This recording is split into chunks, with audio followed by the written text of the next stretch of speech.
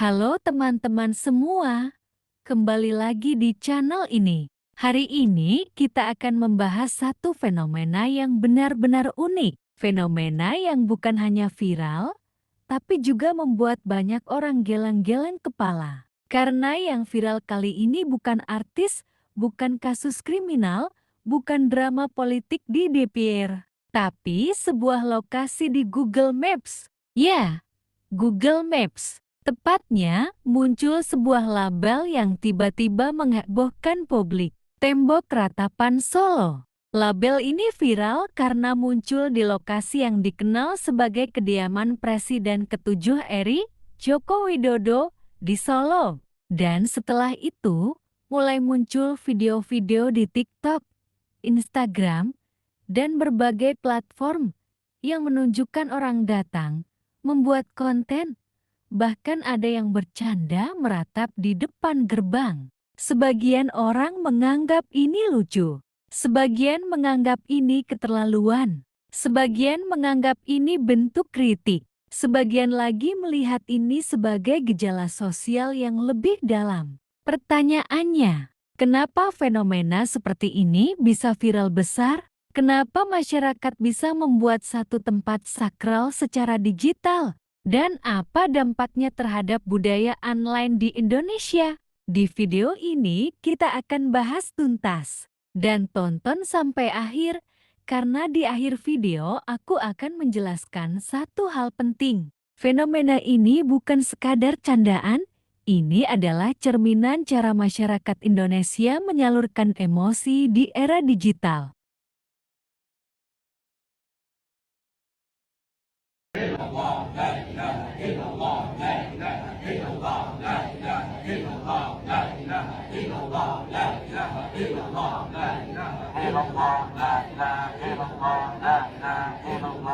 Ya Allah, Rabbi ya Karim, izinkanlah ya Allah, kami berdoa kepada Engkau ya Allah untuk keselamatan dan kami Bapak Jokowi. Bagaimana Bu perasaannya? Gimana Bu perasaannya? Perasaannya sangat bahagia bisa berkunjung ke rumah Bapak Presiden yang Bapak santri kita. Bapak santri kita.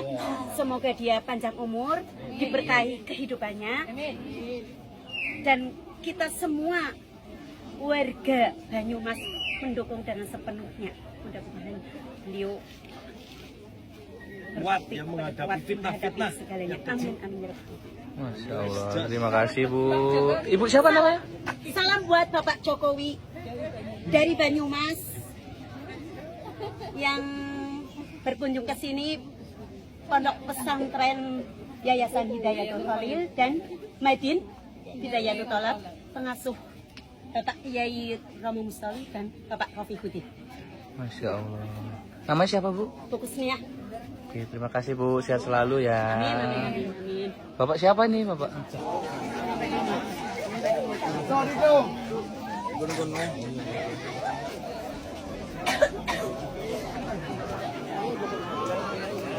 Pakai sandal,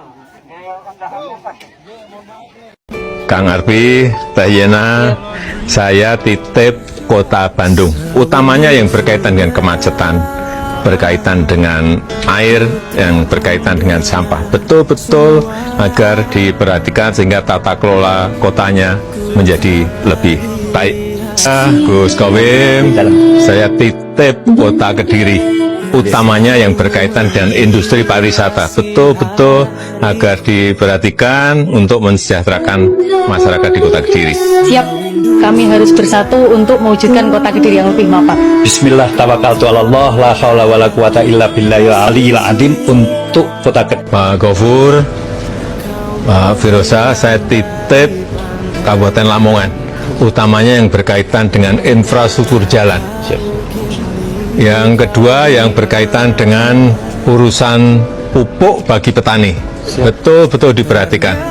Dan yang terakhir urusan yang berkaitan dengan santri, dengan pondok pesantren, betul-betul juga diperhatikan. Siap laksanakan Pak, siap bekerja keras untuk Kabupaten Lamongan. Siap, saya juga laksanakan bekerja keras Pak.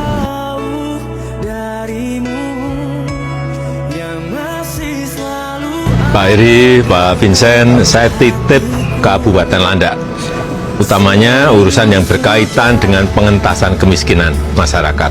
Betul-betul diperhatikan. Dan yang kedua, perbaikan infrastruktur, tolong diperhatikan. Siap Pak, kami siap akan bekerja keras untuk pengentasan kemiskinan dan perbaikan infrastruktur jalan di Kabupaten Nandak. Siap untuk kerja keras melayani. Bu Pancani dan Pak Laran, saya titip Kabupaten Barito Timur, utamanya Kabupaten Barito Timur ini bisa menjadi penyangga IKN. Disiapkan betul kebutuhan IKN apa, misalnya buah, misalnya sayur, misalnya beras, semuanya bisa dilakukan di Kabupaten Barito Timur. Dan juga yang berkaitan dengan kawasan industri, karena ini akan membuka lapangan kerja yang sebanyak-banyaknya bagi masyarakat di Kabupaten Barito Timur. Pak Tamliha dan Habib Ahmad, saya titip Kabupaten Banjar, utamanya yang berkaitan dengan bidang kesehatan, pelayanan kesehatan bagi masyarakat, sehingga menurut saya bisa dibangun rumah sakit yang nanti akan memberikan pelayanan lebih baik pada masyarakat, dan juga penyelesaian waduk Riam Kiwa yang juga akan memberikan dampak yang baik bagi kebutuhan air bagi petani yang ada di sana. Siap kami untuk bekerja keras melaksanakan perintah Bapak. Siap, kami akan melaksanakan apa yang Bapak sampaikan. Pak Bambang, saya titip Kabupaten Muaro Jambi, utamanya yang berkaitan dengan infrastruktur. Kan jalan tolnya sudah dibangun dan mungkin akan selesai dalam waktu yang secepat-cepatnya. Koneksi menuju ke kawasan industri penting sekali, sehingga kalau itu terjadi akan terjadi investasi dan pertumbuhan ekonomi yang baik di Kabupaten Muaro Jambi. Siapa? Ya, salah dengan segala kesungguhan kami laksanakan Pak. Terima kasih banyak Pak. Pak Dirman, saya titip Provinsi Jambi. Siap dilaksanakan. Utamanya tata kelola pertambangan harus diperbaiki. Kemudian yang kedua, tata kelola anggaran juga harus diperhatikan agar lebih baik. Siap Bapak, saya dan Pak Romi akan bekerja keras mengelola pertambangan dan mengelola anggaran. Demikian. Ayo Pak Ali, saya titip Kota Malang, terutama yang berurusan dengan macet dan banjir, betul-betul diperhatikan. Dan kalau bisa ini, karena ini masalah yang sangat serius, tolong bekerja sama dengan pemerintah pusat agar perhatian kepada Kota Malang bisa segera menyelesaikan masalah yang tadi saya sampaikan. Siap kami laksanakan dan kami akan bekerja keras untuk merealisasikan permasalahan tersebut. Siap. Pak, terima kasih. Kami akan komunikasikan dengan Pemprov dan pemerintahan pusat untuk segera menyelesaikan masalah tersebut, Pak. Wiryawan, saya titip Kabupaten Pringsewu, utamanya masalah air untuk pertanian. Kemudian yang kedua juga perbaikan infrastruktur jalan yang ada di Pringsewu. Tolong diperhatikan. Siap Pak, kami akan kerja keras untuk melakukan semua itu.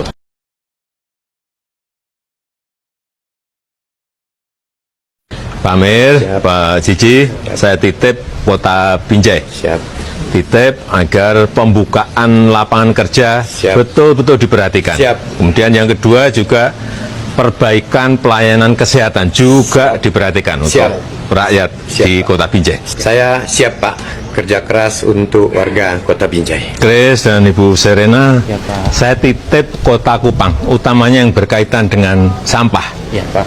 Agar tata kelola sampah diperbaiki. Kemudian yang kedua yang berkaitan dengan air bersih. Saya kira bisa bekerja sama dengan pemerintah pusat untuk perbaikan air bersih yang ada di Kota Kupang. Siap, Pak.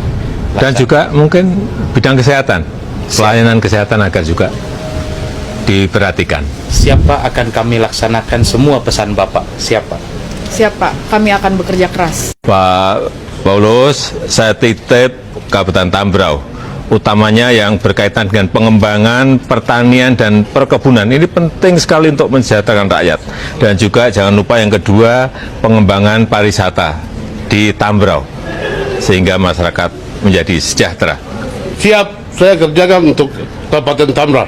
Pak Hidayat, saya titip Kabupaten Bungo utamanya dalam pengembangan bidang perkebunan dengan perbaikan infrastruktur jalan produksi menuju ke perkebunan ini penting dan sangat dibutuhkan oleh rakyat. Kemudian yang kedua yang berkaitan dengan tambang yang bisa mensejahterakan rakyat kita. Siap Pak, siap laksanakan, siap.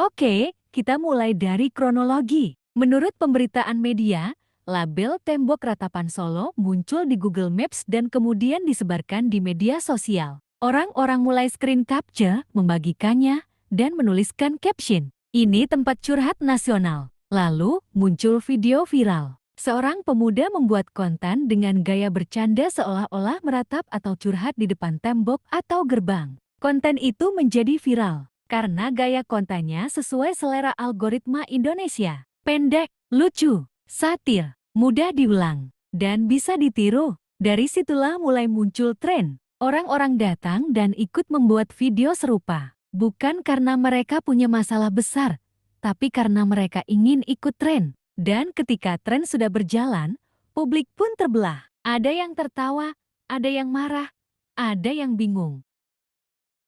Sekarang kita bahas istilahnya. Tembok ratapan sendiri adalah istilah yang punya muatan budaya dan sejarah. Banyak orang mengenal istilah itu sebagai tempat simbolik untuk menulis doa atau ratapan. Namun di internet, istilah itu berubah fungsi. Di tangan netizen, istilah ini berubah menjadi simbol, tempat meluapkan perasaan, tempat curhat, tempat protes, tempat sindiran politik, bahkan tempat humor kolektif. Ini adalah ciri khas masyarakat digital modern. Makna lama diubah menjadi makna baru sesuai tren internet. Dan inilah yang membuat istilah itu terasa menggigit. Karena kata ratapan itu emosional. Kata tembok itu konkret. Jadi orang merasa, wah, ini bukan sekadar meme biasa. Sekarang kita bahas istilahnya. Tembok ratapan sendiri adalah istilah yang punya muatan budaya dan sejarah. Banyak orang mengenal istilah itu sebagai tempat simbolik untuk menulis doa atau ratapan. Namun di internet, istilah itu berubah fungsi. Di tangan netizen, istilah ini berubah menjadi simbol, tempat meluapkan perasaan, tempat curhat, tempat protes, tempat sindiran politik, bahkan tempat humor kolektif. Ini adalah ciri khas masyarakat digital modern. Makna lama diubah menjadi makna baru sesuai tren internet. Dan inilah yang membuat istilah itu terasa menggigit. Karena kata ratapan itu emosional. Kata tembok itu konkret. Jadi orang merasa, wah, ini bukan sekadar meme biasa. Sekarang kita masuk ke pro kontra. Pertama, kelompok yang mendukung atau menganggap ini lucu. Biasanya argumen mereka begini, satu ini cuma humor dan meme. Netizen bilang, ini hanya candaan, bukan serangan. Karena memang budaya internet itu identik dengan meme. Di era sekarang, semua hal bisa jadi meme. Mulai dari peristiwa politik, banjir, kenaikan pajak, harga beras, sampai hal-hal yang sebenarnya serius. Netizen Indonesia punya gaya humor yang khas, humor getir. Ketika hidup sulit, mereka menertawakan kenyataan. Dan tembok ratapan dianggap bagian dari itu. 2. Ini ekspresi bebas di era demokrasi. Sebagian orang melihat fenomena ini sebagai bentuk ekspresi publik. Mereka berkata, kalau masyarakat tidak bisa curhat di tempat resmi, ya mereka cari cara sendiri. Jeti ini dianggap sebagai satir sosial. 3. Ini bagian dari budaya Gen Z. Gen Z terkenal dengan humor absurd dan ironi. Mereka sering menggunakan candaan untuk menyampaikan kritik tanpa harus berteriak. Maka tembok ratapan dianggap sebagai budaya Gen Z. Lucu, nyeleneh, tapi punya pesan tersembunyi. 4. Ini bukti kekuatan viral. Sebagian netizen justru kagum karena mereka melihat, wow, Google Maps bisa diubah jadi trending topik. Bagi mereka, ini semacam eksperimen sosial. Sekarang kita bahas dampaknya pada budaya online Indonesia. Fenomena ini menunjukkan bahwa masyarakat Indonesia 1. Suka humor satir. Humor satir adalah senjata sosial. Karena dengan humor, orang bisa mengkritik tanpa harus frontal. 2. Sedang mengalami kelelahan sosial politik. Banyak orang lelah dengan konflik, maka mereka melampiaskan lewat meme. 3. Menggunakan simbol sebagai ekspresi. Tembok menjadi simbol, bukan temboknya yang penting, tapi pesan yang dibayangkan orang. 4. Viral lebih kuat daripada fakta. Orang tidak peduli siapa yang membuat label. Orang tidak peduli apakah itu resmi. Yang penting, viral. Ini bahaya sekaligus realita. Sekarang bagian yang agak gelap. Fenomena seperti ini bisa menjadi awal normalisasi perundungan massal. Karena ketika orang ramai-ramai menertawakan satu simbol, lama-lama empati bisa hilang. Yang awalnya cuma bercanda, bisa berubah jadi hinaan, provokasi, penghinaan personal, pelecehan verbal. Dan di era internet, perundungan massal bisa sangat brutal. Maka penting bagi masyarakat untuk bisa membedakan mana kritik, mana humor, mana bullying, karena batasnya tipis.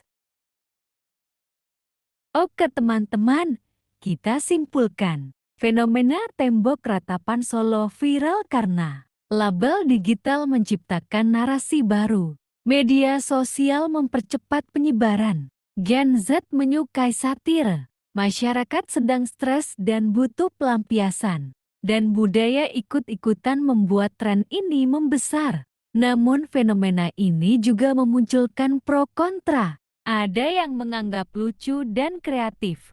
Ada yang menganggap keterlaluan dan mengganggu privasi. Dan pada akhirnya, fenomena ini membuktikan satu hal penting. Di era digital, sebuah tembok biasa bisa berubah jadi simbol nasional hanya karena internet. Sekarang aku mau tanya kamu, menurut kamu fenomena ini lucu atau keterlaluan? Apakah ini kritik sosial atau sekadar prank viral? Tulis pendapatmu di komentar. Tapi ingat, debat sehat ya, jangan saling hina. Kalau video ini tembus banyak komentar, aku akan buat part 2 tentang kenapa masyarakat Indonesia suka budaya meme politik? Ini analisis psikologi massa. Terima kasih sudah menonton. Like, subscribe, dan share.